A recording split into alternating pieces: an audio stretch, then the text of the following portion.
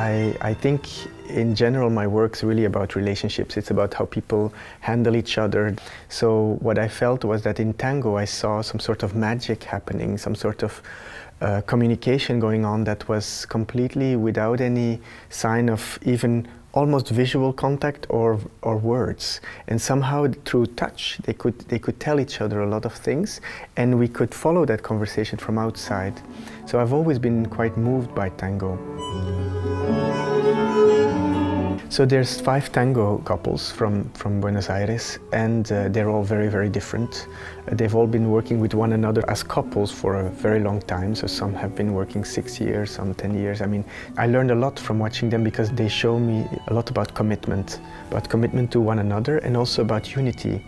I've always been interested in relationships, like dancing with Akram Khan, or dancing with Maria Pajes, or dancing with Shantala. That's really where I can be the most myself, strangely enough, when I am with someone else. And it's fascinating for me to see how they can relate to one another. So we have 5 tango couples and 1 contemporary dance couple. So I've been working with them on a more contemporary language, always inspired by the tango, and then with the tango dancers using their own vocabulary to shift and shake it up a bit.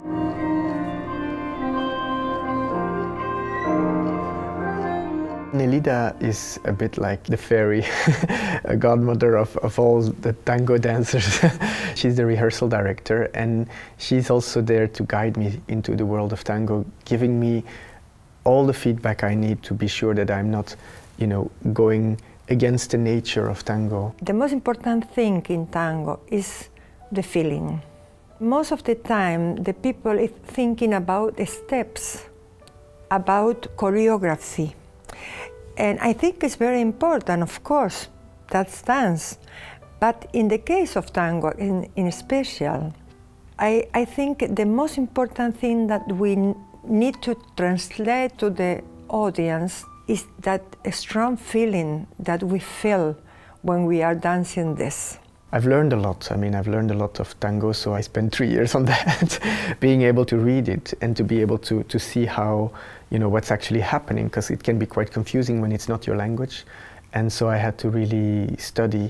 But now it's become like second nature. I think as with many other traditional forms, what I always tend to try and do is bring it into a place where people stop looking at it from a traditional perspective only. I try to look at it from a perspective that it can maybe surprise you at times, really suddenly make you look at it differently.